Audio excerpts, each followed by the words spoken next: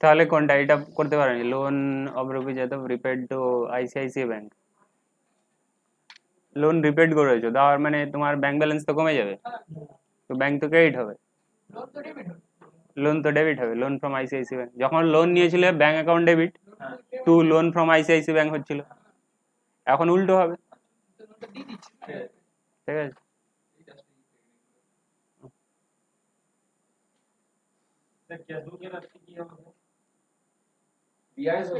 Cashbook হবে না, bank reconciliation হবে।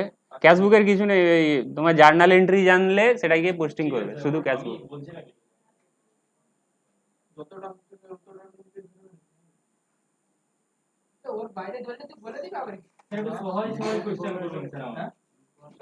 দেখো না তো তুমি মোবাইলে দেখতে পারো। Amount of rupees 15,000 withdrawn from bank for creditors payment after 1 day.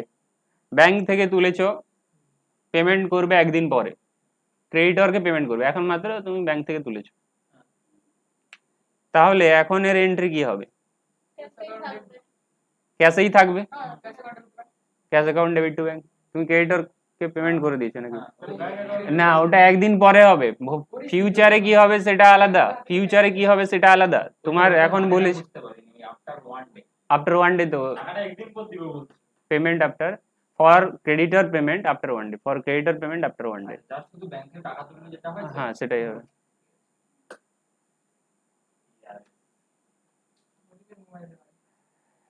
Take loan of rupees 1 lakh from ICICI bank for business purpose, এটা হয়ে গেছে।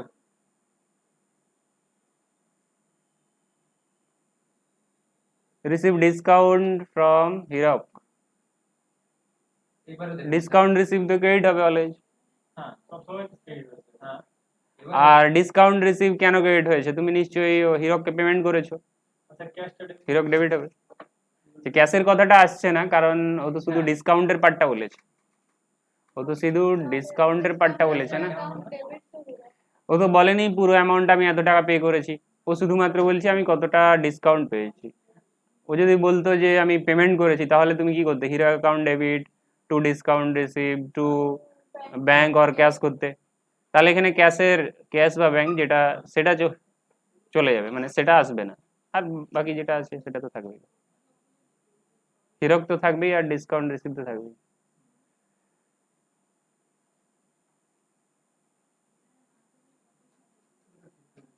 Paid interest on loan,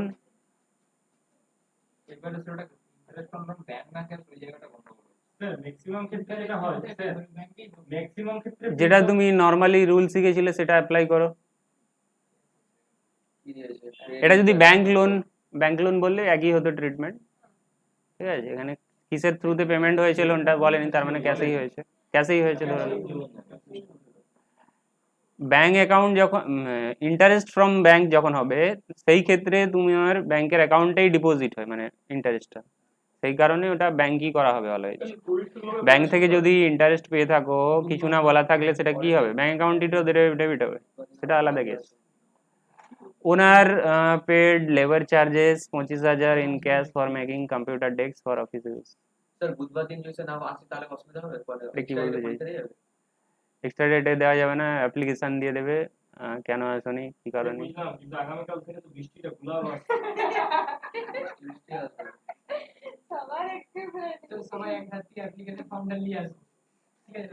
owner paid labour charges in cash for making computer desk office use, তাহলে এটা কি হবে? কারণ কোনো asset, তোমাদের ক্যাপিটাল এক্সপেন্ডিচার রেভিনিউ এক্সপেন্ডিচার পড়ানো হয়নি? তাতে কি বলা হয়েছিল? যদি কোনো অ্যাসেট, অ্যাসেট রিলেটেড কোনো এক্সপেন্ডিচার হয়ে থাকে, সেই অ্যাসেটটাকে তোমার নর্মাল কন্ডিশনে নিয়ে আসতে, রানিং কন্ডিশনে নিয়ে আসতে যা খরচা হবে সবই হবে সেই অ্যাসেটের ভ্যালুর সাথে জুড়ে যাবে। তার মানে এটা যে ওয়েজেস দেওয়া হয়েছে 25,000, এটা কার ভ্যালুর সাথে জুড়ে যাবে? ফার্নিচারের ভ্যালুর সাথে, তার মানে ফার্নিচার অ্যাকাউন্টেই দেখানো হবে, ওয়েজেস বলে কিছু হবে না, ঠিক আছে?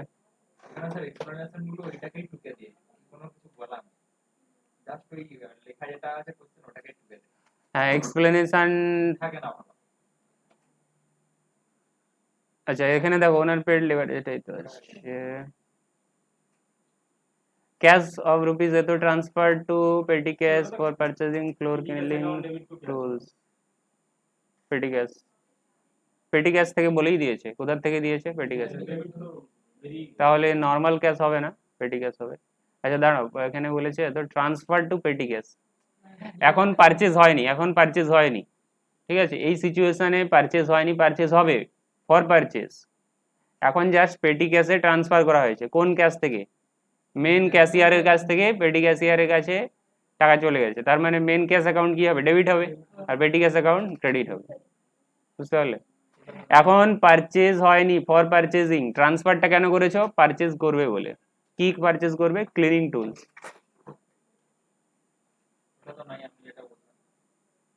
কি নেই, এই তো ক্লিনিং টুলস রয়েছে।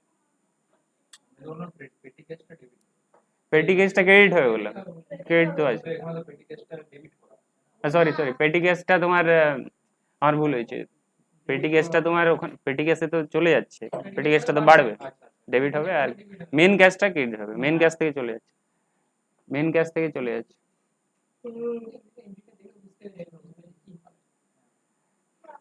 Kustov being declared as insolvent recorded as bad in the previous year now paid হয়ে গেছে। Advance rent for 1 year at the rate of, advance পেয়েছো, ব্যাংক অ্যাকাউন্ট ডেবিট তো হবেই, ব্যাংক কিসের থ্রুতে পেয়েছো, চেকের থ্রুতে কি কিছু বলেনি গো, যেখানে 5000 পার মান্থ বলে দিয়েছে, ব্যাংক করেছে, ব্যাংক করে কিছু বলেনি তো, সেটা তোমার ক্যাশেই ধরে নেবে, এবার ব্যাংক, ব্যাংক এরা সিলেকশন করে রেখেছে, ঠিক আছে, যারা বানিয়েছিল তারা, যারা বানিয়েছিল তারা এটা করে রেখেছে, ঠিক আছে।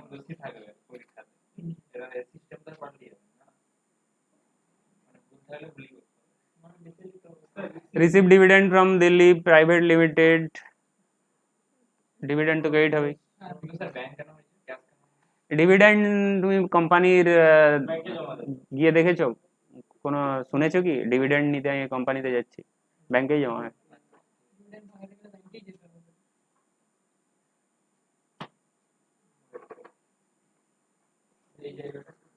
Salary was paid out of Eto adjusted against goods sold to that employee.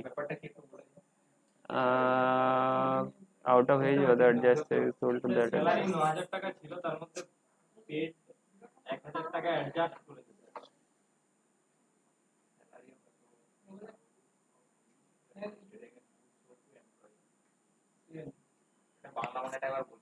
হাজার টাকার স্যালারি,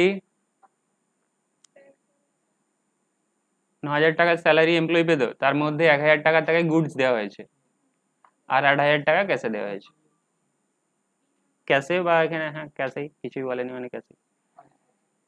তোমার 9,000 টাকা, তুমি 9,000 টাকা স্যালারি এমপ্লয়ির, বুঝতে পারছো, 1,000 টাকা গুডসের জন্য অ্যাডজাস্ট করা হয়েছে, তার মানে এমপ্লয়িকে কোনোদিন সেল করা হয়েছিল, সেল করা হয়েছে গুডস, তার জন্য অ্যাডজাস্ট, ঠিক আছে, আর বাকি টাকা দেওয়া হয়েছে, আর বাকি টাকা দেয়, ঠিক আছে। ক্যাশ তো ক্রেডিটে চলে যাবে, 8,000 টাকা দিচ্ছ, আর স্যালারি তো 9,000ই থাকবে, হ্যাঁ দুটো মিক্স করলে যা হয় এটাই,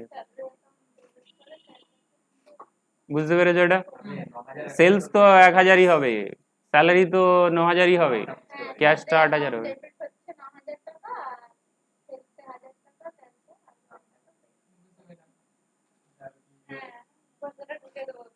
accrued interest received through check, accrued interest received through check কি হবে, accrued interest মানে বাকি রয়েছে, এখনো পাওনি, যদি কোনো ইনকাম তোমার হয়ে যায় কিন্তু সেটা তোমার রিসিভ না হয়, রাইট টু রিসিভ হয়ে যায়, রাইট টু রিসিভ জেনারেট হয়ে যায় কিন্তু তুমি সেটা পাওনি, তখন বলা হবে অ্যাক্রুড ইনকাম।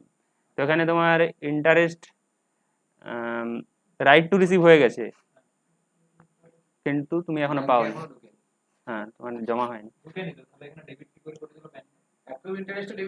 রিসিভ বলে দিয়েছে তো।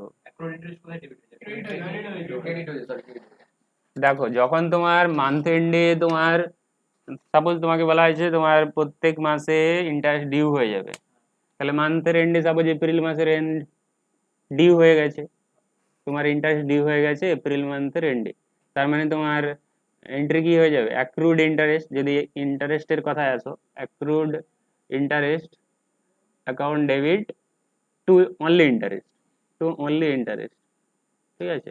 অ্যাক্রুড ইন্টারেস্ট মানে হচ্ছে তোমার এটা অ্যাসেট করে রেখে দিলে, অ্যাসেট এখনো পাওনি তো, কোন ডেটে করলে এই ডেটে, কারণ তোমার ডিউ হয়ে গেছে, মানে তোমার রাইট টু রিসিভ হয়ে এসে গেছে, তুমি যখন অ্যাকচুয়ালি পাবে তখন ব্যাংক বা ক্যাশ অ্যাকাউন্ট কি করবে, ডেবিট করবে, টু কি করবে এখন অ্যাক্রুড ইন্টারেস্টকে ক্রেডিট করবে।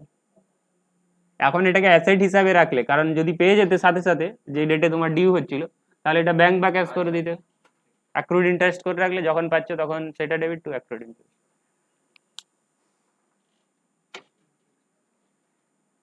আচ্ছা আর একটা বলে দিচ্ছি, দেখো একসাথে এতগুলো হবে না, নেক্সট ডেতে দেখা যাবে।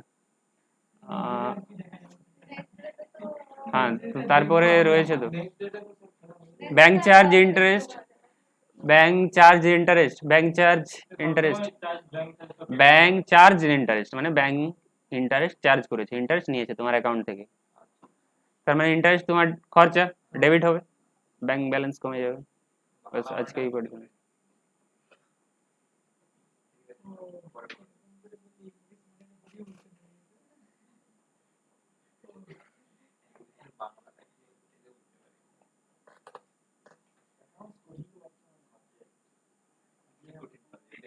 ভাই পরের ডেটে পরীক্ষা আছে, মানে সবাই এক্সকিউজ শুনতেছি আর পরে দেখা আছে।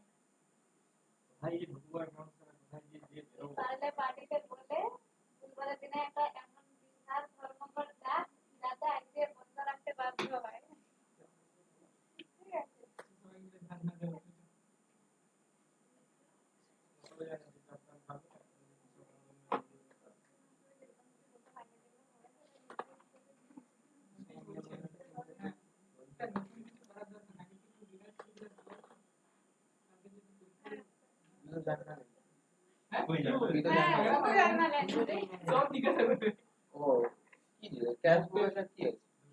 আর কি আছে না, কিছু নেই, ঠিক আছে। থিওরি তো হ্যাঁ ও সব পারবে। থিওরি তো ও একবার দেখলেই বুঝতে পারবে। না বুঝতে পারলে টপার রে ভাই। ক্যাপিটাল ট্রানজেকশন রেভিনিউ ট্রানজেকশনের চ্যাপ্টার কমপ্লিট হয়ে গেছে, ক্যাপিটাল ট্রানজেকশন রেভিনিউ ট্রানজেকশনের একটা চ্যাপ্টার আছে দেখো, বিআরএস শুধু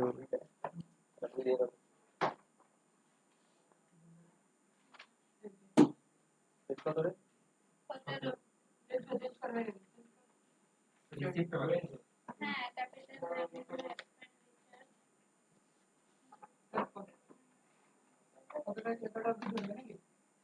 ক্যাপিটাল ফর্মাল করে আসতে হবে স্যার, হুম হুম ফর্মাল ড্রেসে আসতে হবে। ফর্মাল, তারপর তোমার ফর্মাল, তারপরে তোমার যে তোমার আইডেন্টি কার্ড এসেছে কি আসেনি এখন, মনে হচ্ছে গোলাপটা বুধবার দিনই আসবে। স্যার বুধবার দিন স্যার ঝড় আসবে, তখন স্যার কি করবো, ভাব থেকে তো বেরাতে পারবো না। তো তখন ক্যান্সেল হয়ে যেতে পারে, ঠিক আছে ওই করব, তারপরে আবার অন্য ডেটে করা হবে। আমার বাড়ির মধ্যে ঝড়টা একটু বেশি আছে স্যার। তোমার বাড়িতে এইখানেই আবার কোথায়? না কোথায়? উড়িষ্যা বর্ডার?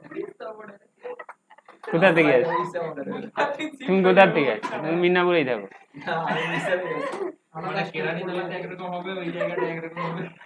আমার বাড়ির বাড়ি ঝড়টা বেশি থাকে, জিজ্ঞেস করুন। আমার পিছন দিকে যে এরকম সাইজের মাছ চলে এসছে, মাছ গুলগুল ও মার ফেলবে বলে আসবে না পরীক্ষা দিতে। মাছটা আমি ধরে আনবো। BRS bank reconciliation statement, bank reconciliation statement sir এটা আজকে পড়াবেন? ওটা হয়ে গেছে তো আমার মনে হয়। স্যার আগে করে রিভাইজ করে দেন না স্যার। হ্যাঁ হ্যাঁ স্যার এক্ষুনি বললো হয়ে গেছে, আমার একটু একটু করে দিয়ে বুঝিয়ে দিন স্যার, আগে না স্যার, স্যার পরীক্ষাটা চালু হবে না না স্যার আপনি ওই স্যার এক্সপেন্ডিচারটা বলুন, ওই চ্যাপ্টারটা স্যার রিভাইজ আপনি বাদ চলে যান স্যার, সব থেকে ভালো। স্যার বিআরএস করা, হ্যাঁ হ্যাঁ না স্যার রিভাইজ বিআরএস করালে স্যার বিআরএস, স্যার আগে বুঝ বিআরএস আগে আগে আগে বুধবার দিনটা যান, তারপরে তারপরে বিআরএস আপনি এই যে কি বলো আমি কিছু বলবো না, স্যার যা ও করাবে সেটাই সামনে করবো। ও টপার ও না স্যার আমরা রিভাইজ দরকার ও দেখলে ও ঠিক আছে না স্যার পথে চলতে গেলে ঝড় আসবে আর কেউ আসবে আচ্ছা আজকে বিআরএসটা শুরু করবো, তার আগে রিভিশনের আমি শর্টে শর্টে বলে দিচ্ছিলাম। স্যার এই কনসেপ্টে চ্যাপ্টারটা স্যার প্রথম থেকে স্যার প্রথম থেকে একবার শর্ট শর্ট করে মেরে দিলে হলো, বাট মোটামুটি কনসেপ্টটা ক্লিয়ার হলে আচ্ছা ইংলিশে বলতে হবে? স্যার একটু একটু বাংলা মিস করতে ইংলিশে বলবে, অ্যাকাউন্টসটা ইংলিশেই বলতে হবে কারণ তোমাদের বই তো ইংলিশেই রয়েছে না। স্যার বাংলা স্যার আপনাকে বাংলায় বই দিতে স্যার বলবো বাংলা ইংলিশ যদি পাঞ্চিং স্যার ये বৃষ্টি বলছে চাইনিজ বলবে স্যার, কোনো অসুবিধা নেই তো? বলতে পারো। ওটাও বলিনি না, ও বলেছে স্যার আমার কাছে রেকর্ডিং আছে, আমি রেকর্ডিংটা শোনাবো সবাইকে, আমি গ্রুপে দিয়ে দেবো। ও বলেছে চাইনিজে বলবো, স্যার সরু ভাই বলছে বাংলা চাইনিজ বলবো খালি ইংলিশ পাঞ্চিং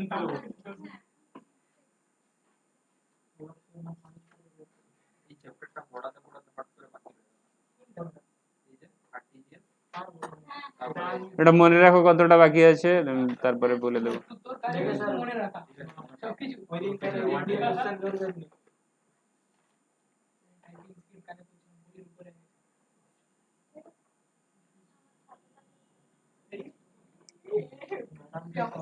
আচ্ছা এখানে কনসেপ্ট গুলো কি কি রয়েছে দেখে নাও। অ্যাকাউন্টিং কনসেপ্ট অনেকগুলো রয়েছে। অ্যাকাউন্টিং কনসেপ্ট, ম্যাটেরিয়ালিটি কনসেপ্ট কি বলছে? ম্যাটেরিয়ালিটি কনসেপ্ট বলছে আমরা যখন ব্যালেন্স শিট, বিজনেসের ব্যালেন্স শিট বলতে যেখানে অ্যাসেট লায়াবিলিটি প্রেজেন্ট হয়, সেইটা যখন আমরা বানাবো, আমরা বিজনেসের অ্যাসেট সেগুলোকেই দেখাবো যার ভ্যালু অনেক বেশি, ঠিক আছে? যার ভ্যালু খুবই কম তাকে আমরা দেখাবো না। যেমন এক্সাম্পল, তুমি পেনকে দেখাবে না, কিন্তু যদি কোনো বিল্ডিং থাকে, এসি থাকে, ফার্নিচার থাকে, সেগুলো দেখাবে। কোথায় দেখাবে? ফাইন্যান্সিয়াল স্টেটমেন্টে। ফাইন্যান্সিয়াল স্টেটমেন্ট বলতে balance sheet, profit and loss বলা হচ্ছে। আর ব্যালেন্স শিট বলতে যেখানে তোমার অ্যাসেট লায়াবিলিটি থাকছে, তো সেগুলোকেই দেখাবে যেগুলো ফাইন্যান্সিয়াল স্টেটমেন্টের ইউজারকে এফেক্ট করবে, ইউজারের ডিসিশনকে এফেক্ট করবে, সে ওই কোম্পানিতে ইনভেস্ট করবে কি করবে না। আচ্ছা, সেপারেট এন্টিটি কনসেপ্ট বলছে যে বিজনেস ও তার মালিক আলাদা। মানি মেজারমেন্ট কনসেপ্ট বলছে কি মানি আমরা সেগুলোকেই রেকর্ড করব যেগুলোকে মানিতে মেজার করা যাবে, ঠিক আছে? আর কোন কান্ট্রির কারেন্সিতে মেজার করতে হবে? যে কান্ট্রিতে তুমি বিজনেস করছো। ইন্ডিয়াতে বিজনেস করলে রুপিতে মেজার করতে হবে, ইন্ডিয়াতে বিজনেস করছো ডলারে হিসেব রাখবে না। আচ্ছা, গোয়িং কনসার্ন কনসেপ্ট বলছে যে বিজনেস চলতে থাকবে চিরকাল, ফরসিয়েবল ফিউচার। ওখানে যে ওয়ার্ডটা রয়েছে ফরসিয়েবল ফিউচার, ফরসিয়েবল ফিউচার নর্মালি 1 ইয়ারকেই বলা হয়, ঠিক আছে? তুমি যখন এক্সপেক্ট করছো আজকের ডেটে 31 মার্চে তুমি যখন ব্যালেন্স শিট বানাচ্ছো বা প্রফিট অ্যান্ড লস বানাচ্ছো, তুমি ডিসাইড করে নেবে, মানে তোমাকে এটা অ্যাজিউম করে নিতে হবে যে পরের বছরও চলবে, সেরকম পরের বছর আবার পরের বছরও চলবে, এভাবে চলতে থাকবে। অ্যাক্রুয়াল কনসেপ্ট বলছে যে তোমার খরচা নাও হতে পারে, তোমার পেমেন্ট নাও হতে পারে কিন্তু খরচা হয়ে গেছে, তোমার পেমেন্ট নাও হতে পারে কিন্তু খরচা হয়ে গেছে, তোমাকে সেই পিরিয়ডের খরচা হিসাবে দেখাতে হবে। ইনকামের ক্ষেত্রেও একই অ্যাক্রুয়াল কনসেপ্ট, তোমার তুমি টাকা নাও পেতে পারো কিন্তু তোমার এটা রোহন একজন অ্যাডমিশন নিয়েছে, তো আজকে মানে ও আজকে একটু ক্লাসটা দেখতে চাইছে, তো যদিও এটা ওর ব্যাচ না, নর্মালি একটু আজকে ক্লাসটা না। অ্যাডমিশন প্রসেসটা করে আমি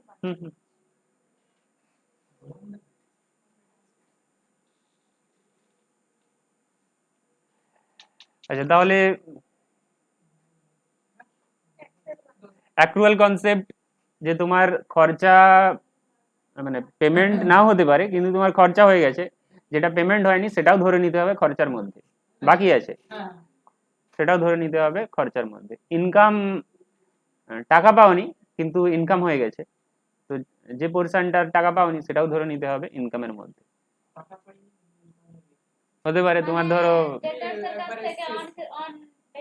ধারে সেল হতে পারে, তো ধারে সেল হতে পারে, সেটা তোমার কাছে ইনকাম হয়ে গেল কিন্তু পাওনি, তো তো তুমি যখন কোনো পিরিয়ডের ইনকাম বলবে, পুরোটাকেই বলবে, বাকি থাকতে পারে, মানে টাকা নাও পেতে পারে।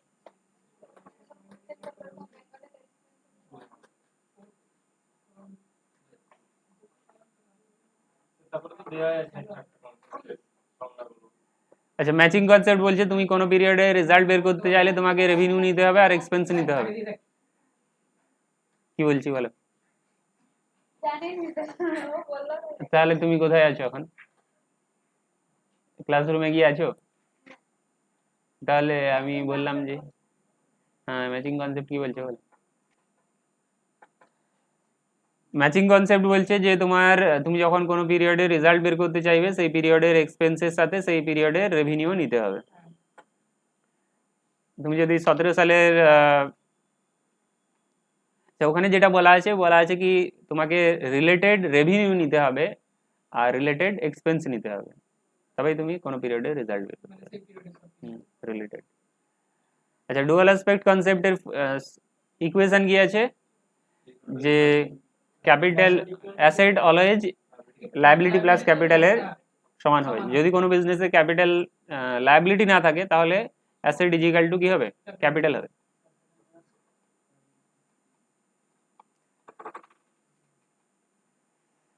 আচ্ছা, single entry system, double entry system. Single এন্ট্রিতে কোনো রুলস রেগুলেশন নেই, তুমি শুধুমাত্র সেগুলো খাতায় লিখে রাখছো। যারা আমরা যেটা শিখছি সেটা হচ্ছে ডবল এন্ট্রি সিস্টেম। এখানে কোনো ফিক্সড রুলস নেই, প্রিন্সিপালস নেই। এখানে ডবল এন্ট্রি সিস্টেমে ডুয়াল অ্যাসপেক্ট থাকছে। যারা অ্যাকাউন্ট জানে না তারা যে হিসাবটা রাখে, তাহলে কি হিসাবে রাখে? Single entry system. ক্যাশের একটা খাতা করে, যার কাছ থেকে পাবে ডেটরসের একটা খাতা করে, যাদেরকে দিতে হবে ক্রেডিটরসের একটা খাতা করে, তাদের নাম লিখে রাখে। ওটাই হচ্ছে single entry system. No fixed rules principles. এতে ইনকমপ্লিট রেকর্ডিং অফ ট্রানজেকশন, এটা every business effect to accounts. Double entry সিস্টেমে দুটো অ্যাকাউন্টকে এফেক্ট করে, তাই তো? যে ডেবিট ক্রেডিট অ্যাকাউন্ট, দুটো অ্যাকাউন্টকে তো এফেক্ট করে।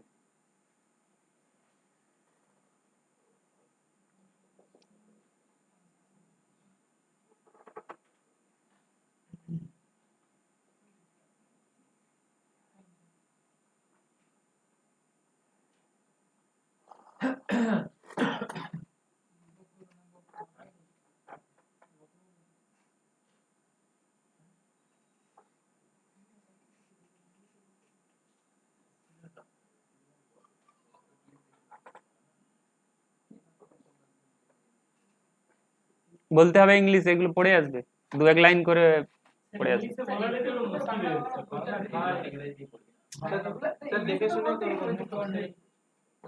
বলো। থিওরি ধরবেন না লিখতে দিবেন? ইন্টারভিউ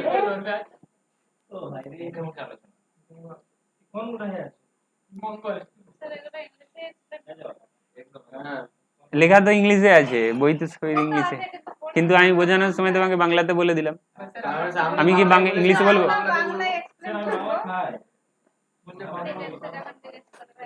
তাহলে আমি ইংলিশে বলে দেবো?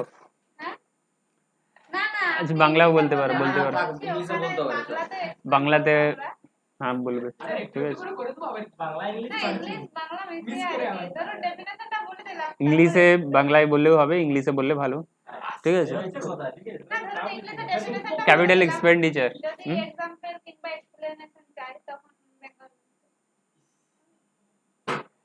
আচ্ছা দেখো, এখানে ক্যাপিটাল এক্সপেন্ডিচার বলতে সেই এক্সপেন্ডিচার যার বেনিফিট মোর দেন ওয়ান অ্যাকাউন্টিং পিরিয়ডের সময় ধরে পাবে, হ্যাঁ, spread over several accounting period.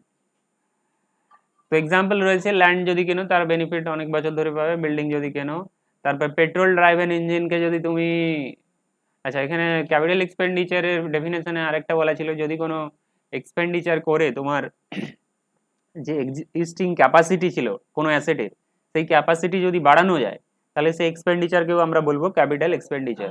যদি কোনো এক্সপেন্ডিচারের ফলে কোনো অ্যাসেটের এফিসিয়েন্সি আগের থেকে বেড়ে যায়, সেই এক্সপেন্ডিচারটাও হবে ক্যাপিটাল এক্সপেন্ডিচার। বা ইনডাইরেক্টলি তুমি বলতে পারো, যদি কোনো এক্সপেন্ডিচারের ফলে সেই অ্যাসেটের এফিসিয়েন্সি বেড়ে যায়, সেক্ষেত্রেও সে এক্সপেন্ডিচার হবে ক্যাপিটাল এক্সপেন্ডিচার। যেমন এখানে তোমার পেট্রোল ড্রাইভার ইঞ্জিন থেকে তুমি করে দিয়েছো কি সেটাকে ডিজেলে কনভার্ট করাচ্ছ, তাহলে কোনো বেনিফিট রয়েছে তার জন্য করাচ্ছ, তাহলে এটা কি হয়ে যাবে ক্যাপিটাল এক্সপেন্ডিচার হয়ে যাবে। হতে পারে মেশিনের এফিসিয়েন্সি বেড়ে যাবে। আচ্ছা, এরপরে অ্যামাউন্ট স্পেন্ড, এগুলো তো সব যে ক্যাপিটাল এক্সপেন্ডিচারের ডেফিনেশনে আর একটা বলা ছিল কি যদি কোনো অ্যাসেটের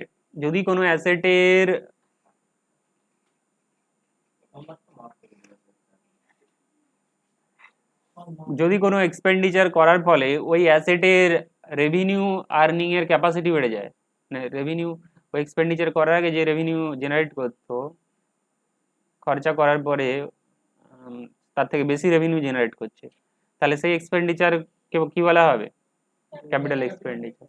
এখানে বিভিন্ন ধরনের এক্সাম্পল দেওয়া রয়েছে। এটা কিসের বলো তো, এটা হচ্ছে তোমার মোর দেন ওয়ান অ্যাকাউন্টিং ইয়ারে বেনিফিট পাবে, মোর দেন ওয়ান অ্যাকাউন্টিং ইয়ারে।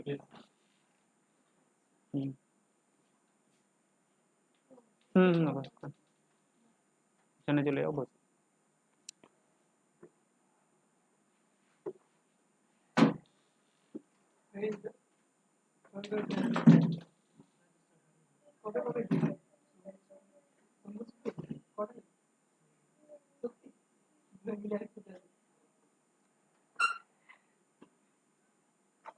আচ্ছা দেখো, পেট্রোল এটা এফিসিয়েন্সি বেড়ে যাচ্ছে, আর এটা কি হচ্ছে আর্নিং ক্যাপাসিটি বাড়িয়ে দিচ্ছে। সিনেমা হলের সিটিং ক্যাপাসিটি কম ছিল, তুমি সেই হলটাকে আরো বাড়িয়ে দিলে, তো সেক্ষেত্রে তোমার কি হলো রেভিনিউ জেনারেশনের ক্যাপাসিটি বেড়ে গেল সিনেমা হলে, তাহলে ওই এক্সপেন্ডিচারকে কি বলা হবে capital expenditure. Cost of overhauling second hand machine চলছিল না, তুমি সেটাকে কমপ্লিট ওভারহল করলে, তাহলে কি হলো এফিসিয়েন্সি বাড়লো। Major repair which results in increase efficiency, major repair replacement করেছো প্ল্যান্টের, যেটা এফিসিয়েন্সি বাড়িয়েছে। তাহলে এগুলো সব পড়তে হবে, ডিসকাস করে দিয়েছিলাম, এত ডিটেলে ডিসকাস করলে শেষ হবে না। রেভিনিউ এক্সপেন্ডিচারে বেনিফিট তোমার 1 ইয়ার এর মধ্যে লিমিটেড থাকবে, এটা রেকারিং ইন নেচার, বারবার। হ্যাঁ, ডেফার্ড রেভিনিউ এক্সপেন্ডিচার বলিনি না, বলেছি। ডেফার্ড রেভিনিউ এক্সপেন্ডিচার হচ্ছে রেভিনিউ এক্সপেন্ডিচারের ক্যাটেগরি, কিন্তু তার যে বেনিফিটটা পাবে সেটা হচ্ছে মোর দেন ওয়ান অ্যাকাউন্টিং ইয়ারে। যেমন তুমি যখন নতুন প্রোডাক্ট লঞ্চ করছো তার জন্য যে খরচা হচ্ছে, একটা হিউজ অ্যাডভার্টাইজমেন্ট দিচ্ছ, সেই হিউজ অ্যাডভার্টাইজমেন্টের বেনিফিট তুমি কি এক বছরেই শেষ করে দেবে? তাহলে অ্যাডভার্টাইজমেন্ট এক্সপেন্সের খরচাটা কিন্তু তোমার রেভিনিউ এক্সপেন্ডিচার, রেভিনিউ বারবার করতে হয় রেভিনিউ এক্সপেন্ডিচার। কিন্তু যখন তুমি নতুন প্রোডাক্ট লঞ্চ করছো তার জন্য যে তুমি অ্যাডভার্টাইজমেন্ট দিচ্ছ, সেটা কি এক্সপেন্ডিচার হয়ে যাবে ডেফার্ড রেভিনিউ। ডেফার্ড মানে নেচারটা রেভিনিউ এক্সপেন্ডিচারের, কিন্তু বেনিফিটটা পাচ্ছ অনেক বছর, মোর দেন ওয়ান অ্যাকাউন্টিং এর। পাওয়া যাবে কি যাবে না? যে কোনো একটা প্রোডাক্ট যদি এবছরের অনেক অ্যাডভার্টাইজ দিয়ে দাও, পরের বছর না দিলেও চলবে, কারণ তার এফেক্টটা থাকবে। তো এক্সাম্পল ওটাই লেখা রয়েছে, কোথায় এক্সাম্পল রয়েছে এখানে আমি লিখে দিচ্ছি। Advertisement, special advertisement campaign heavy amount. For example when a new farm enters into a market, যখন নতুন ফার্ম কি করছে মার্কেটে এন্টার করছে, নতুন মার্কেটে, তখন যে অ্যাডভার্টাইজমেন্ট দিচ্ছে তার বেনিফিটটা অনেক বছর পর্যন্ত থাকবে, তারই এক্সাম্পল এটা। এই তো প্রথম সেন্টেন্সেই বলেছে some expenditure of revenue nature, নেচারটা হচ্ছে revenue, but its benefit are likely to be derived, এর বেনিফিটটা ডিরাইভড হবে over a period of years, over a number of years.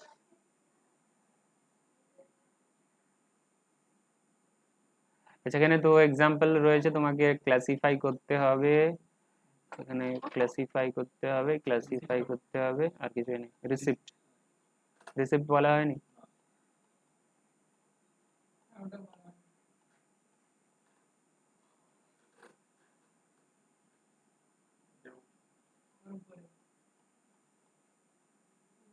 কুড়ি বাতাস কুড়ি বাতাস কুড়ি বাতাস রেভিনিউ রিসিভড হচ্ছে তোমার normal in the course of business পাচ্ছ, in the course of normal business, interest পাওয়া, কমিশন পাওয়া, ডিসকাউন্ট পাওয়া, সেল করে টাকা আসা, এগুলো হচ্ছে নর্মাল বিজনেস অ্যাক্টিভিটি থেকে পাচ্ছ।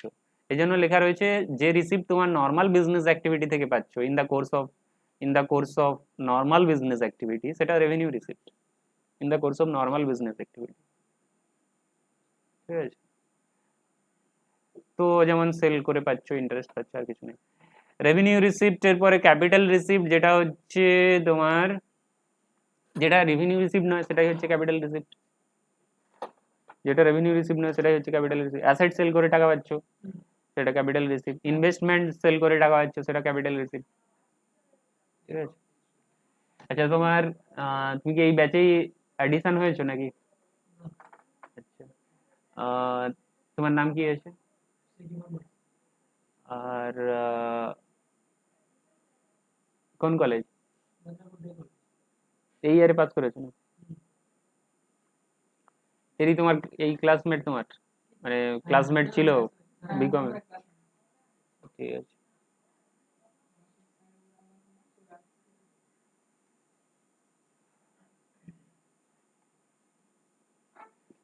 তাহলে এটাও রিভিশন হয়ে গেল,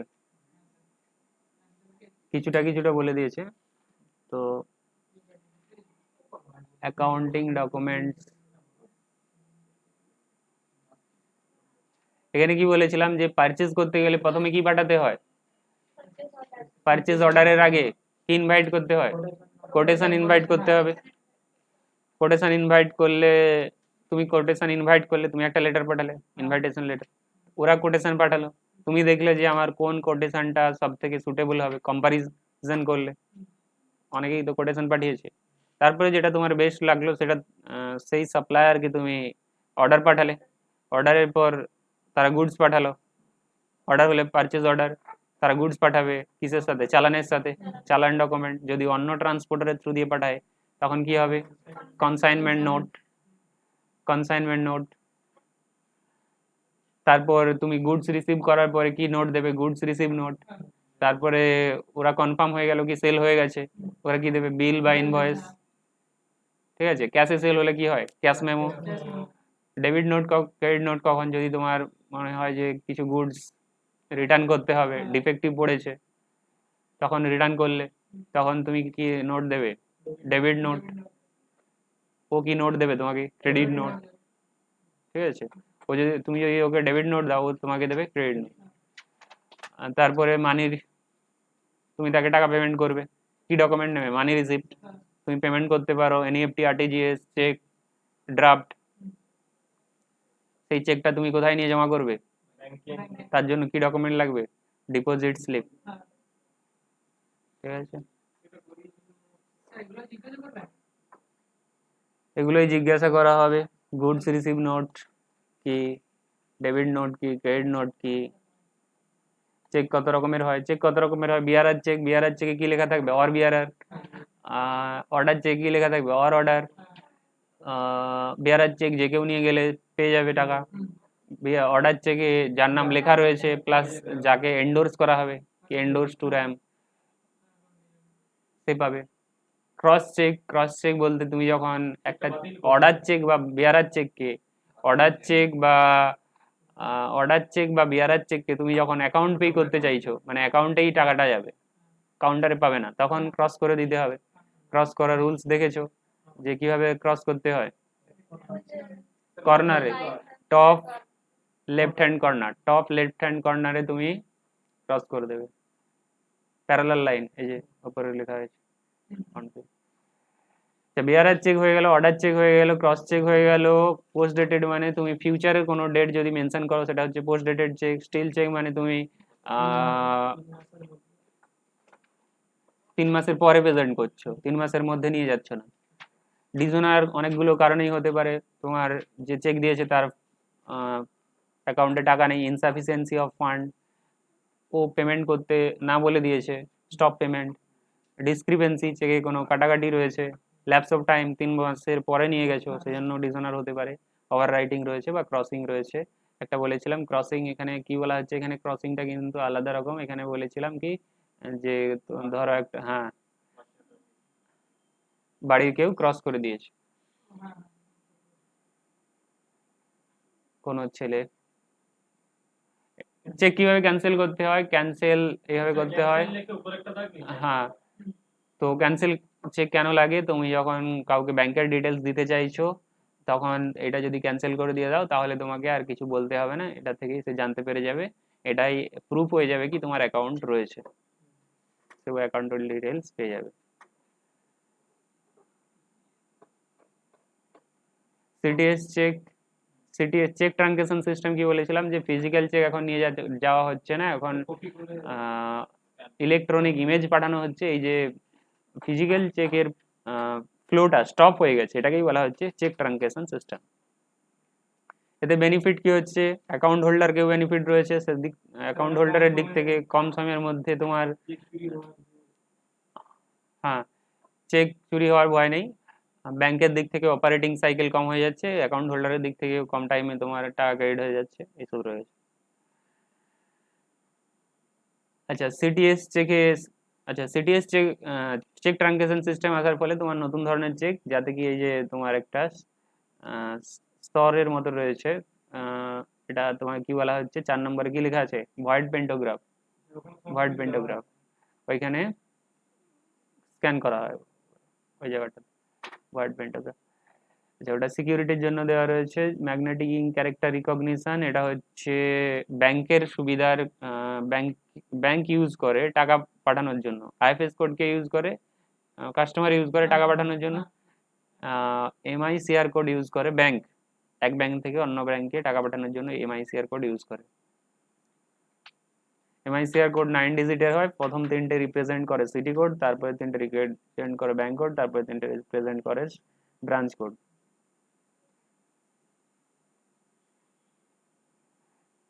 আইএফএসসি কোডের 11 ডিজিট রয়েছে, প্রথম 4টে রয়েছে ব্যাংক কোড, তারপরে 0 রয়েছে, ফিফথ ক্যারেক্টার 0, তারপরে বাকি 6টা হচ্ছে তোমার ব্রাঞ্চ কোড। কি হলো, কিছু বুঝতে পারছো? কত টাকা আগের দিন হয়েছিল নেট, এনইএফটি পর্যন্ত হয়ে রয়েছিল, এনইএফটির ফর্ম ফিল আপ হয়ে গেছে। এখানে স্যার দেখাচ্ছে তো আচ্ছা ওখানে নেই, ওতে পেয়ে যাবে কনফার্মেশন অফ অ্যাকাউন্ট, সেটা হয়নি, আর বেশি নেই তো, 2-1টা আছে। যতটা হ্যাঁ, আছে তাহলে ওটাই কেন বাড়ছে, শেষ করে দেন? যতটা এদিকে শেষ করবো ওইদিকে অতটা চাপ কম করে চাপ নিয়ে যতটাই থাকে কম কম করে। তাহলে এনইএফটি তোমাদের এনইএফটি পর্যন্ত করানো হয়েছে তো, তাহলে এনইএফটি পর্যন্ত জিজ্ঞেস করবে। এনইএফটি আরটিজিএস এর মধ্যে ডিফারেন্স কি আছে, এনইএফটি তোমার যে কোনো অ্যামাউন্টের হয়ে যাবে, মিনিমাম কোনো অ্যামাউন্ট নেই, কিন্তু আরটিজিএস করতে গেলে তোমার 2 লাখ পর্যন্ত মিনিমাম আছে। মিনিমাম পেমেন্ট আর এখানে যে ফিস দেওয়া রয়েছে আরটিজিএস এনইএফটি করার জন্য, এটা মডেল দেওয়া রয়েছে, এটা কোনো ফিক্স নয়, যে কোনো ব্যাংকে যেরকম হতে পারে, ঠিক আছে। এটা আরটিজিএস করতে গেলে কি করতে হবে, ব্যাংক থেকে আরটিজিএস ফর্ম কালেক্ট করতে হবে, ফিল আপ করতে হবে, চেক তার সাথে অ্যাটাচ করতে হবে, ব্যাংকে জমা করতে হবে।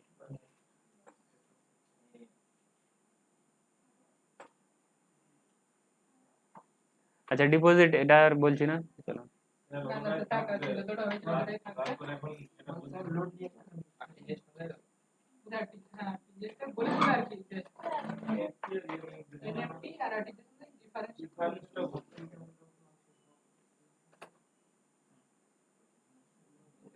আচ্ছা তাহলে বিআরএস কিছুটা শুরু করা যাক, দেখো।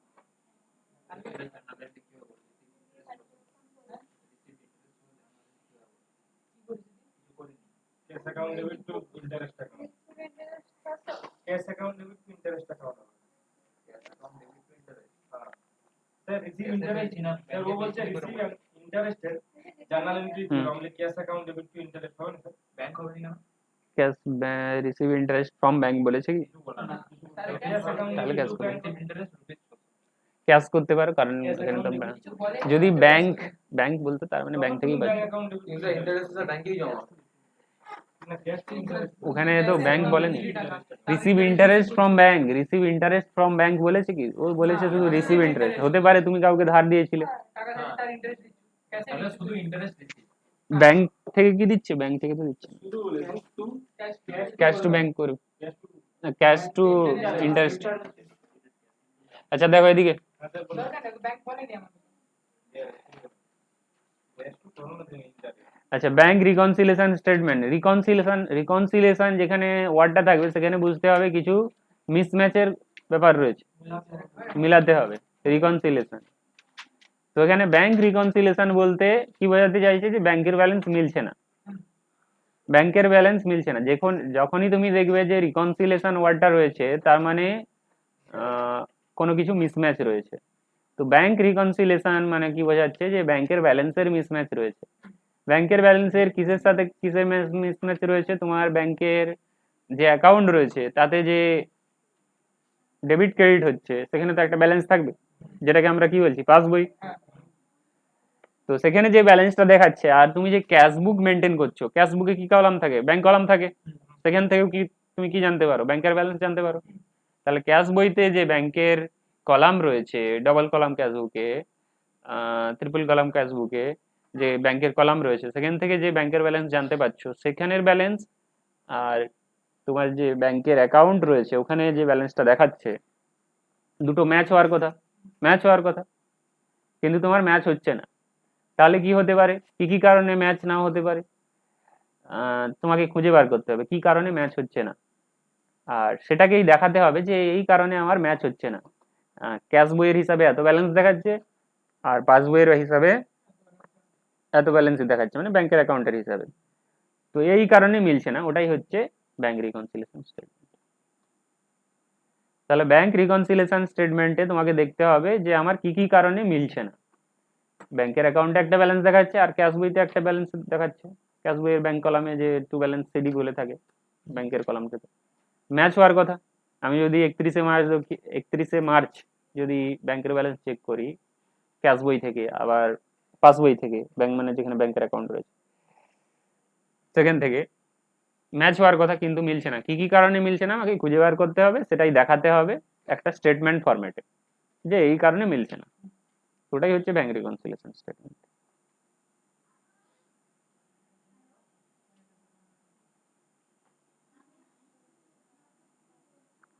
আচ্ছা পাস বইয়ের তাহলে কনসেপ্ট তো জানা আছে, সবাই পাস বই রয়েছে।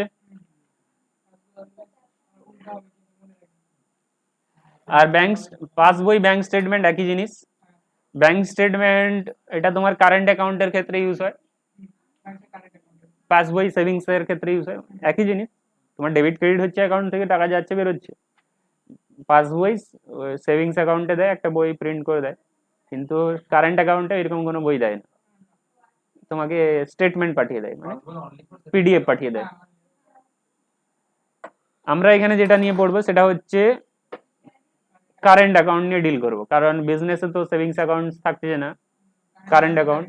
তার মানে ব্যাংক স্টেটমেন্ট একই জিনিস, পাসবুকও বলতে পারো বা ব্যাংক স্টেটমেন্টও বলতে পারো।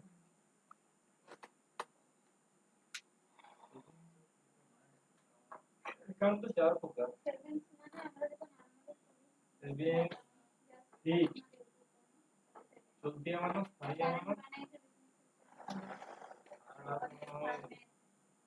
বিজনেস রাখো তাদের কারেন্ট কোনো পাসবই দেয় না, মাথায় বুদ্ধি আছে আমাদের এরকম আমরা লেজার দিই, ঠিক আছে? ওরকম স্যার দুটো মনে পড়ছে না স্যার অ্যাকাউন্ট চার প্রকার না স্যার অ্যাকাউন্টস চার রকম আছে কিরকম? যেমন ওই সেভিংস, কারেন্ট আর স্থায়ী আমানো চলতি আমানো ফিক্সড ডিপোজিট আর দুটো স্যার আর দুটো মনে পড়ছে রেকারিং ডিপোজিট, আরো আছে recurring deposit, cash credit account, অনেক রকমের অ্যাকাউন্ট আছে। এনএসসি আছে। স্যার 11 বিজনেস স্টাডিতে যেটা ছিল 11 তোমার সময় কি ছিল আমি কি করে জানবো? নর্মালি অ্যাকাউন্ট কি কি হয়? Savings, current, fixed deposit, recurring deposit. আমাদের ভালো লাগে বই এগুলো ছাড়াও লোন অ্যাকাউন্ট অনেক রকমের হয়, term loan account, CC loan account, overdraft account.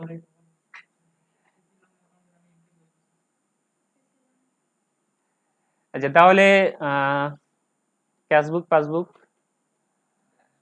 Bank statement জানো, ব্যাংক রিকনসিলিয়েশন স্টেটমেন্ট বলে দিলাম যে দুটো ব্যালেন্সের মধ্যে যদি মিসম্যাচ থাকে কি কি কারণে মিসম্যাচ সেগুলো দেখাতে হবে, মানে একটা স্টেটমেন্ট বানাতে হবে, সেটাই হচ্ছে ব্যাংক রিকনসিলিয়েশন স্টেটমেন্ট। সাইলেন্ট করো। আচ্ছা, অবজেক্টিভ কি রয়েছে? অবজেক্টিভ তোমাকে যদি বলে ব্যাংক রিকনসিলিয়েশন স্টেটমেন্ট বানাবো কেন, তুমি চেক করে নেবে যে তুমি বানাচ্ছ কেন, মিসম্যাচ হয়েছে বলে তুমি চেক করতে চাইছো কি মিসম্যাচ হচ্ছে কি হচ্ছে না। যদি মিসম্যাচ হয় কি কি কারণে মিসম্যাচ হচ্ছে, তাহলে all amount deposited are properly credited by bank, আমি যে যে চেক জমা করেছি সেগুলো কি ব্যাংক ঠিক ঠিক জমা করেছে? যদি জমা করে দেয় তাহলে তো আমার মিসম্যাচ হবে না, এটাও একটা অবজেক্টিভ হবে। Accuracy of firm's own computation of bank balance, এর থেকে কি জানা যাবে ফার্ম মানে বিজনেস আর কি, তার নিজের যে ব্যাংক ব্যালেন্স রয়েছে সেটা কি ঠিকঠাক কম্পিউট করেছে। Accuracy of firm's own computation of bank balance, ব্যাংকের যে ব্যালেন্সের যে কম্পিউটেশন ফার্মের হিসাবে কি সেটা কি ঠিক আছে, অ্যাকুরেসি জানতে পারবে ঠিক আছে কি নেই, accuracy of the firm's own computation.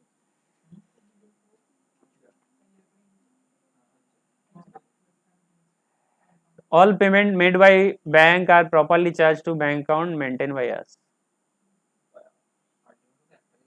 আচ্ছা, ব্যাংক যে যে পেমেন্ট করছে সেগুলো আমাদের ব্যাংক অ্যাকাউন্টে চার্জ হচ্ছে কি হচ্ছে না, কথা নেই কথা নয়।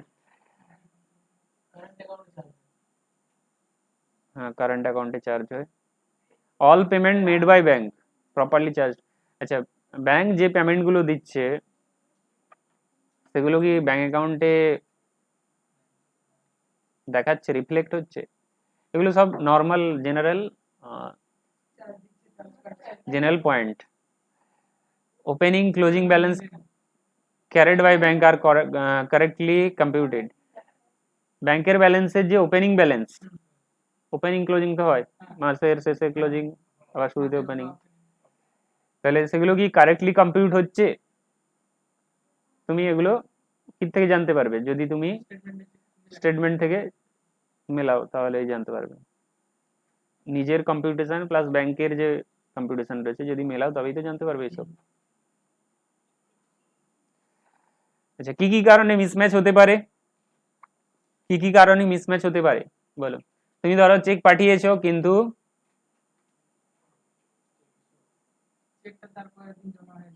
তুমি যখন চেক পাঠাও তখন ক্যাশ বই এন্ট্রি করে পাঠাও, কি এন্ট্রি করো, bank account debit two cash, এটা করে পাঠাও। বা কোনো কাস্টমারের কাছ থেকে পাঠাচ্ছ, মানে কাস্টমারের কাছ থেকে চেক পেয়ে পাঠাচ্ছ সাথে সাথেই পাঠিয়ে দিচ্ছ, তাহলে ব্যাংক অ্যাকাউন্ট ডেবিট টু সেই কাস্টমার, তার মানে তুমি সাথে সাথে এন্ট্রি করে পাঠিয়ে দিচ্ছ। কিন্তু সেই চেকটা তোমার ব্যাংকে অ্যাকচুয়ালি জমা হয়েছে কি, সেই ডেটেই যদি না জমা হয় তাহলে কি হবে, মিসম্যাচ ব্যালেন্স থাকবে। সাপোজ তুমি 31 তারিখে কোনো কাস্টমারের কাছ থেকে চেক পেয়ে ক্যাশ বইতে এন্ট্রি করে কোথায় পাঠিয়ে দিলে, ব্যাংকে পাঠিয়ে দিলে, কিন্তু 31 তারিখে নাও জমা হতে পারে, কারণ ক্লিয়ারিং এ টাইম লাগতে পারে, পরের দিন জমা হতে পারে, তাহলে ওই ডেটে কি ম্যাচ হবে ব্যালেন্সের? ওই ডেটে তো ম্যাচ হবে না ব্যালেন্সের, তাহলে ওই ডেটে মিসম্যাচ থেকে যাবে। তোমাকে ব্যাংক রিকনসিলিয়েশন স্টেটমেন্ট বানাতে হবে কোনো একটা পার্টিকুলার ডেটে, আমার এই ডেটের ব্যালেন্স মিলছে না কেন। নর্মালি কোন ডেট, বছরের শেষে। নর্মালি আমরা ব্যাংক রিকনসিলিয়েশন স্টেটমেন্ট বানাই বছরের শেষে। তোমাকে দেখতে হবে বছরের শেষে আমার কি ব্যাংকের ব্যালেন্স মিলছে, ব্যাংক ব্যালেন্স মানে পাসবইয়ের হিসাবে ব্যাংক ব্যালেন্স আর ক্যাশ বইয়ের হিসাবে ব্যাংক ব্যালেন্স মিলছে। তো কি কারণে তুমি চেক পাঠিয়েছো কিন্তু ব্যাংকে সেটা এখনো জমা হয়নি, এটা একটা কারণ হতে পারে। তাহলে এটা কোন কারণটা বলে দিলাম, এটা কোন কারণ, cheque paid into bank but not yet clear হয়নি। তুমি কাউকে চেক দিয়েছো, চেক দেওয়ার সাথে সাথে তুমি কি করে দাও, এন্ট্রি করে দাও, ব্যাংক অ্যাকাউন্ট ক্রেডিট করে দাও। কোনো পার্টিকে চেক দাও, আমি আরেকটা পয়েন্ট বলছি কেন মিসম্যাচ হয়ে থাকে ব্যাংক ব্যালেন্স, মানে পাস বইয়ের হিসাবে ব্যাংক ব্যালেন্স আর ক্যাশ বইয়ের হিসাবে ব্যাংক ব্যালেন্স এর মিসম্যাচ। সেকেন্ড পয়েন্ট বলছি যে তুমি কাউকে চেক দিয়েছো, মানে কাস্টমার, তুমি কাকে চেক দেবে, ক্রেডিটরকে চেক দেবে, ক্রেডিটরস টু ব্যাংক করে দিয়েছো, কিন্তু ওই ক্রেডিটর এখনো প্রেজেন্ট করেনি, সে কি সেম ডেটে প্রেজেন্ট করে দেবে? প্রেজেন্ট করবে না, সে 2 দিন পরেও যে প্রেজেন্ট করতে পারে। তাহলে তুমি যদি 31শে মার্চে কাউকে চেক দাও তাহলে ব্যাংকের ব্যালেন্সের মিসম্যাচ হবে কি হবে না, ক্যাশ বইয়ের হিসাবে পাস বইয়ের হিসাবে। তো এটা একটা point, not yet presented for payment. Interest allowed by bank, interest bank জমা করে দিয়েছে তোমার অ্যাকাউন্টে, তুমি জানো না, তোমার কাছে মেসেজ আসেনি, তাহলে মিসম্যাচ হতে পারে। দেখো কোম্পানির ক্ষেত্রে কি, যদিও ইন্টারেস্ট তোমার সেভিংস অ্যাকাউন্টে জমা করে, কারেন্ট অ্যাকাউন্টে ইন্টারেস্ট দেয় না, ধরেই নিলাম কি কোনো ব্যাংক কারেন্ট অ্যাকাউন্টেও ইন্টারেস্ট দেয়, কারণ ব্যাংকিং ইন্ডাস্ট্রিতে কম্পিটিশন আসছে, কোনো ব্যাংক দিতেই পারে কারেন্ট অ্যাকাউন্টের উপর, তাহলে বিজনেসের কারেন্ট অ্যাকাউন্ট রয়েছে, তো ইন্টারেস্ট ব্যাংক জমা করে দিয়েছে, কিন্তু এখনো তোমার তোমার কাছে খবর নেই, রেকর্ড করেনি, মিসম্যাচ হবে। Interest expense charge by bank, তোমার এসএমএস চার্জ কেটে নিয়েছে বা অন্য কোনো পারপাসে চার্জ কেটে নিয়েছে, এসএমএস চার্জ বা অন্য কোনো চার্জ কেটে নিয়েছে, ডেবিট কার্ডের মেনটেনেন্স চার্জ, তাহলে কি হবে, মিসম্যাচ হবে, তুমি রেকর্ড করোনি, তুমি জানোনি। Interest dividend collect by bank, bank dividend interest collect করে নিয়েছে, ব্যাংক তুমি ইনস্ট্রাকশন দিয়ে রেখেছো কি আমার রিলায়েন্স কোম্পানির ডিভিডেন্ড কালেক্ট করে নেবেন, ইনস্ট্রাকশন দেওয়া রয়েছে, তো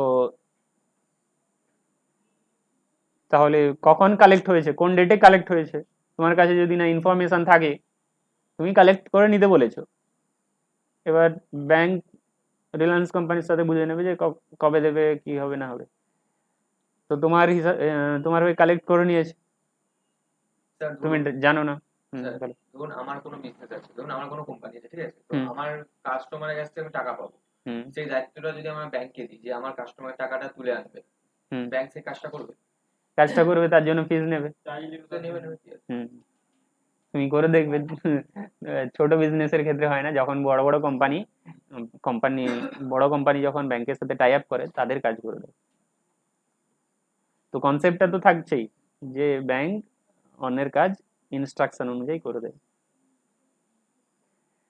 তোমার কাজ হয়তো করে দেবে না, কিন্তু যখন বড় কোম্পানি ওই ব্যাংকের সাথে টাই আপ করবে, এগ্রিমেন্ট করবে, তখন তো করে দেবে।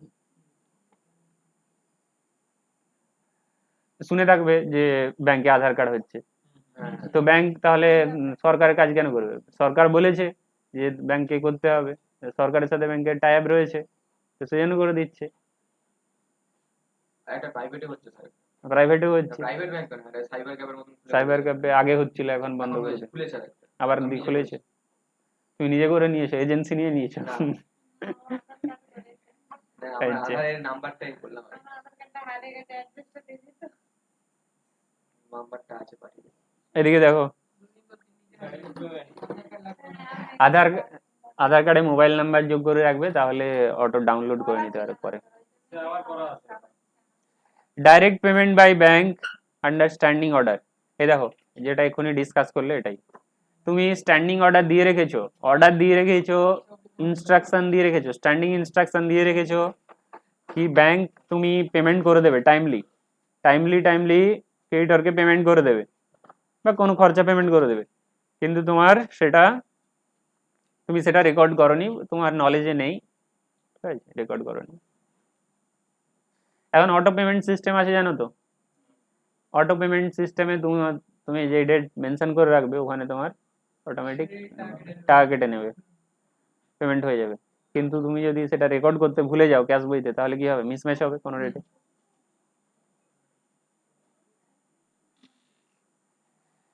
ডাইরেক্ট পেমেন্ট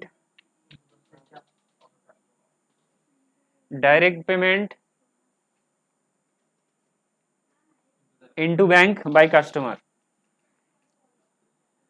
কি করেছে, তোমার অ্যাকাউন্টে টাকা পাঠিয়ে দিয়েছে, তারপরে দুদিন পরে ফোন করে বলছে কি তোমার অ্যাকাউন্টে টাকা পাঠিয়ে দিয়েছে, চেক করে নেবে, তো তাহলে যেই ডেটে পাঠিয়েছে সেই ডেটে জমা হয়ে গেছে, তো সেই ডেটে তো তুমি রেকর্ড করনি, এন্ট্রি পাস করনি, তাহলে কি হবে, মিসম্যাচ হবে ব্যাংকের ব্যালেন্স আর ক্যাশ বইয়ের ব্যালেন্সের মধ্যে। ক্যাশবুক করেছে তো, ক্যাশবুকের আমি একটা পিডিএফ পাঠিয়ে দেবো, আর 2-4টে ক্যাশবুক প্র্যাকটিস করে নেবে, তাহলে বুঝতে সুবিধা হবে। Triple column, double column PDF একটা পাঠিয়ে দেবে।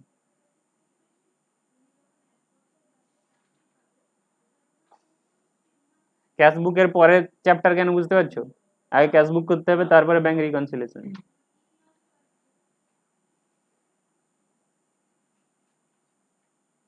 ডিসঅনার অফ চেক, আচ্ছা dishonour of cheque deposit into bank. তুমি যখন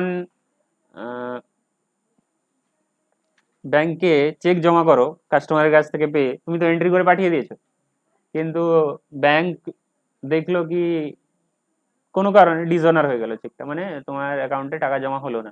ডিসঅনারের অনেক কারণ হতে পারে, দেখেছো এক্ষুনি কিছুক্ষণ আগে বলেছি। তো তখন মিসম্যাচ হয়ে যাবে। এবার দুটো আমি এন্ট্রি করে দিই। হ্যাঁ হ্যাঁ।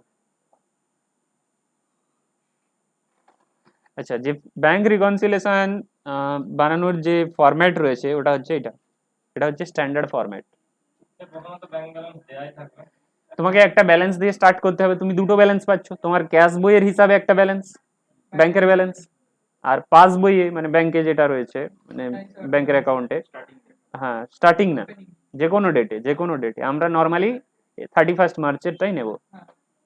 তো ব্যাংকের 31 মার্চের ব্যালেন্স থাকবে ব্যাংকের অ্যাকাউন্টে, আর তোমার ক্যাশ বইয়ে তুমি যেটা বুক মেনটেন করছো ডবল কলাম ক্যাশ বুক, সেখানে একটা ব্যালেন্স থাকছে, দুটো মিসম্যাচ থাকছে। তুমি তাহলে যে কোনো একটা ব্যালেন্স দিয়ে স্টার্ট করবে, দুটো ব্যালেন্সের মধ্যে একটা ব্যালেন্স দিয়ে স্টার্ট করবে। তুমি যদি স্টার্ট করো কি আমার bank balance as per cash বুক, তোমার ক্যাশ বইতে যে ব্যালেন্স রয়েছে সেটা দিয়ে স্টার্ট করলে, ক্যাশ বইতে ধরো 5 লাখ দেখাচ্ছে এখন 31 মার্চে ধরো 5 লাখ দেখাচ্ছে, কিন্তু তোমার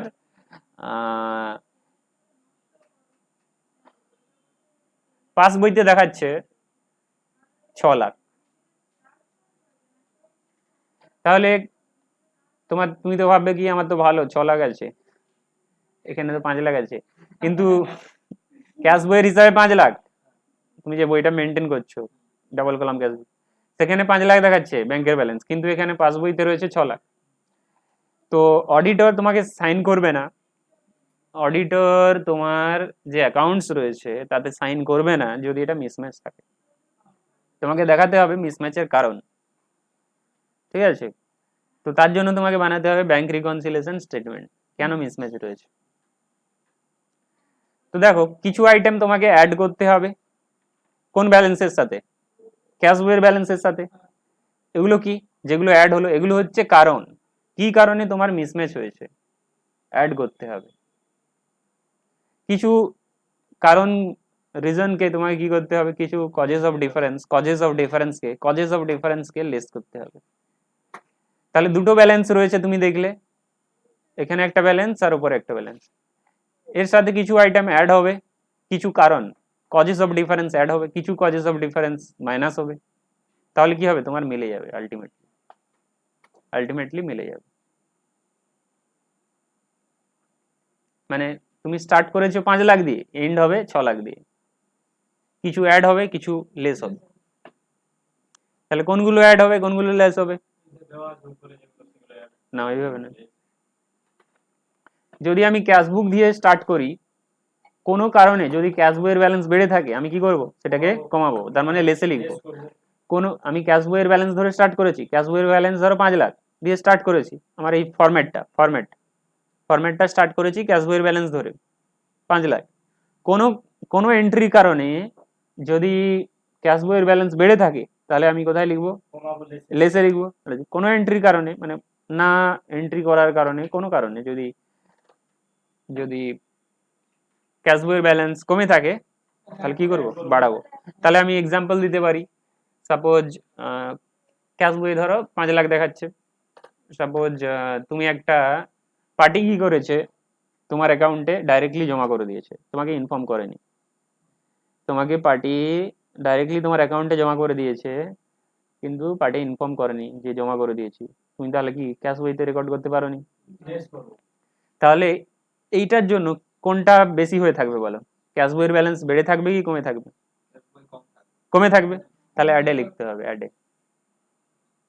লিখতে হবে কি customer directly deposited into bank but not informed আস।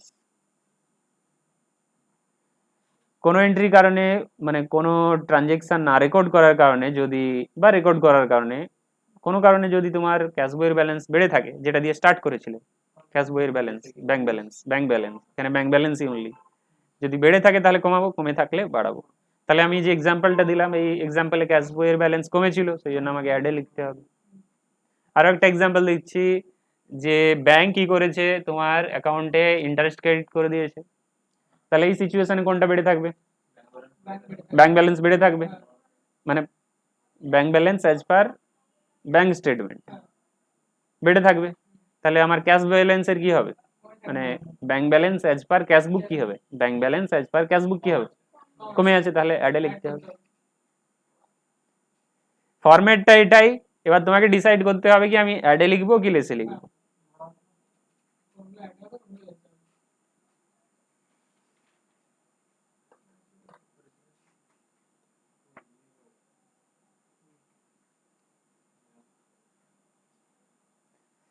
এখানে কিছুটা স্টার্ট করা যাক, আজকে তো পুরোটা হবে না, কিছুটা স্টার্ট করা যাক। এটা ক্যাশ বুক দেখতে পাচ্ছ, নিজের বইতেও দেখতে পারো, কারণ এদিকে উপরের দিকে তাকিয়ে থাকবে অনেক সুবিধা হবে।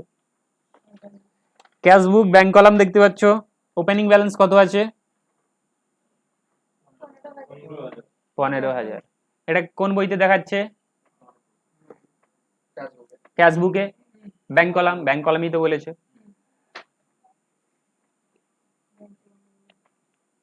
এবার তুমি ব্যাংক স্টেটমেন্টে চলে যাও, ওটা কি 15,000 দেখাচ্ছে ওপেনিং এ? পরের পেজে দেখাচ্ছে। মিসম্যাচ আছে কিনা চেক করতে হবে। তুমি যদি ব্যাংকের স্টেটমেন্টের সাথে ক্যাশ বুক মেলাও, তবেই তো তুমি বুঝতে পারবে যে আমার ব্যাংকের ব্যালেন্সের as per cash book as per passbook mismatch আছে কি নেই। উপরে যেটা দেওয়া রয়েছে এটা হচ্ছে তোমার ক্যাশ বুক দেওয়া রয়েছে, নিচে যেটা দেওয়া রয়েছে এটা হচ্ছে ব্যাংক স্টেটমেন্ট। তোমাকে ম্যাচ করে দেখতে হবে যে আমার ব্যালেন্সের মিসম্যাচ আছে কি নেই। আমি ওপেনিং ব্যালেন্সটা দেখে নিলাম 15,000 আছে, আর পাসবইয়েও কত আছে? 15,000 আছে, তাহলে ওপেনিং ব্যালেন্সে কোনো মিসম্যাচ নেই। এবার আমরা ক্লোজিংটা দেখে নেব। ক্যাশ বইয়ের হিসাবে ক্লোজিং ব্যালেন্স কত আছে? 1400 রয়েছে, কিন্তু ব্যাংকের ব্যালেন্সও মানে ব্যাংক ব্যালেন্স অ্যাজ পার পাসবইয়ে কত থাকা উচিত? কত আছে দেখো, bank statement passbook closing balance কত আছে?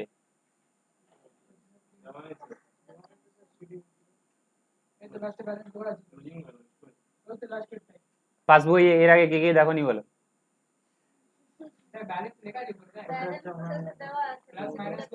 এটা তো 35,000। এটা হচ্ছে মেন অ্যাকাউন্ট সেটিং করতে গেলে শুধু তোকে পাসবই দিয়ে দিবে, ওখান থেকে তোকে ডিটেইলস কালেক্ট করতে হবে।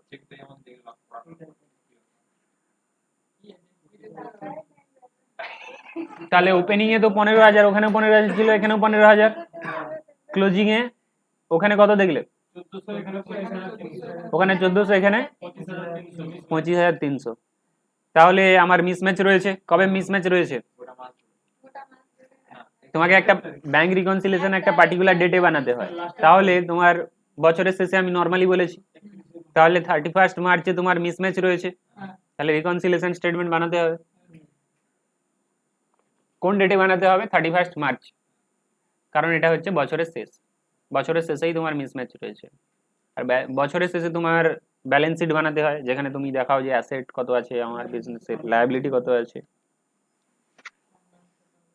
তাহলে এতটা বুঝতে পেরেছো তো? ওপেনিং ব্যালেন্স ম্যাচ আছে কিন্তু ক্লোজিং ব্যালেন্স ম্যাচ নেই। তাহলে তোমাকে খুঁজতে হবে যে কি কি কারণে মিসম্যাচ হলো, তাহলে তোমাকে উপর থেকে দেখতে হবে। তাহলে প্রথমে এসে যাও ডেবিট সাইড, ক্যাশ বইয়ের ডেবিট সাইডে এসে যাও। ক্যাশ বইয়ের ডেবিট সাইডে দেখো কতজনের কাছে রিসিপ্ট হয়েছে দেখো। প্রথমে তো হচ্ছে এ মুরগান, বি কৃষ্ণান, এম আয়ার, জি কানন, এম চন্দ্রান, আর রামন, এতজনের কাছ থেকে টাকা পেয়েছো, এতজনের কাছ থেকে টাকা পেয়েছো। ক্যাশ বই আগে প্রথমে ভালো করে করতে হবে। ক্যাশ বুক, ক্যাশ বইয়ের ডেবিট সাইডে 22 দিয়ে লেখা আছে, মানে কি টাকা পেয়েছো এতজনের কাছ থেকে। তার মানে সেটাও হ্যাঁ হ্যাঁ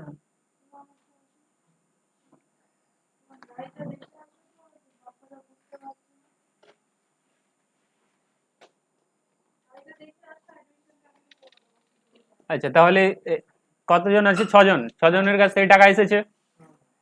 তো তোমাকে দেখতে হবে আমার পাস বইতে মানে ব্যাংক স্টেটমেন্টে 6 জনের নামে এসেছে কি, মানে 6 জনের কাছ থেকে টাকা এসেছে কি। তাহলে প্রথম টাকাটা দেখে নাও, প্রথম টাকা কত আছে।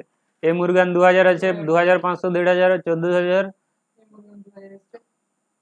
এ মুরগান 2000 এসেছে, কোনটা আসেনি সেটা শুধু দেখো। আগে পরে এলেও চলবে কিন্তু আসতে হবে। নামটা আছে নাকি? তোমার মিসম্যাচ হচ্ছে 31 তারিখে, তাহলে 31 তারিখের আগে যদি টাকা ব্যাংকে ঢুকে যায় তাহলে ঠিক আছে। কোনটা নেই? চন্দনের 500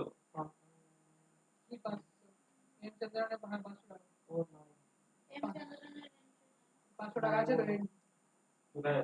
কোনটা নেই খুঁজে পেলে? লাস্টে দুটো নাই। এম চন্দ্রান আর রামন এই দুজনের নেই। না।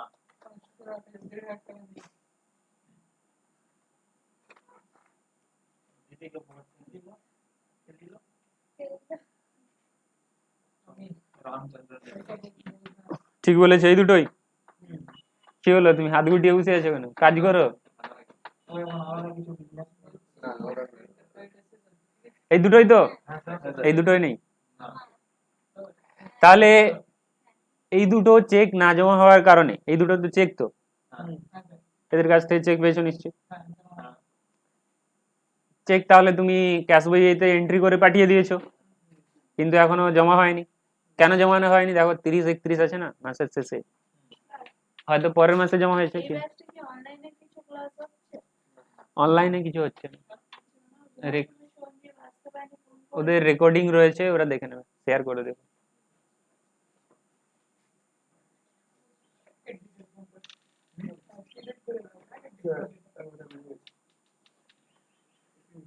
এখনো 3 মিনিট আছে, কি হলো? হ্যাঁ স্যার বলুন। তাহলে না না বুঝে গেলেই ভালো। কথা নাই।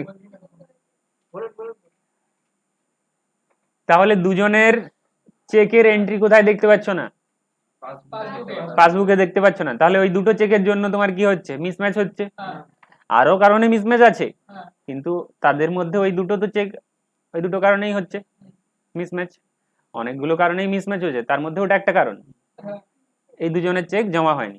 তাহলে আমি কি লিখবো? অ্যাডে লিখবো কি লেসে লিখবো? আমি যদি bank balance as per cashbook দিয়ে শুরু করি, তোমাকে ডিসাইড করতে হবে এই দুটো চেকের জন্য ক্যাশ বইয়ের ব্যালেন্স বেড়ে রয়েছে কি কমে রয়েছে। যেখানে ডিপোজিট আছে সেখানে বসাবো। এই দুটো চেকের জন্য ক্যাশ বইয়ের ব্যালেন্স বেড়ে রয়েছে কি কমে রয়েছে? বেড়ে রয়েছে। তাহলে আমি অ্যাডে লিখবো কি লেসে লিখবো? লেসে লিখবো। যদি কোনো কারণে ক্যাশ বইয়ের ব্যালেন্স বেড়ে থাকে আমরা সেটাকে কি করবো? কমাবো। কমে থাকলে বাড়াবো। এই দুটো কারণে তোমার ক্যাশবুক আমি এবারে অ্যাড্রেস করব। ফরম্যাটটা তো এই উপরের ফরম্যাটে হবে, এই ফরম্যাটে হবে, ঠিক আছে। এইবার এই দুটো আমি কারণ খুঁজে পেয়েছি, তাহলে অ্যাডে লিখবো কি লেসে লিখবো? লেসে লিখব, এখন লেসে লিখব। এখন লেসে লিখবো। ওই দুটো কারণ কিভাবে লিখবো? যে cheque receive from and deposited into bank but not yet cleared, এখনো ক্লিয়ার হয়নি, এটাই লিখতে হবে।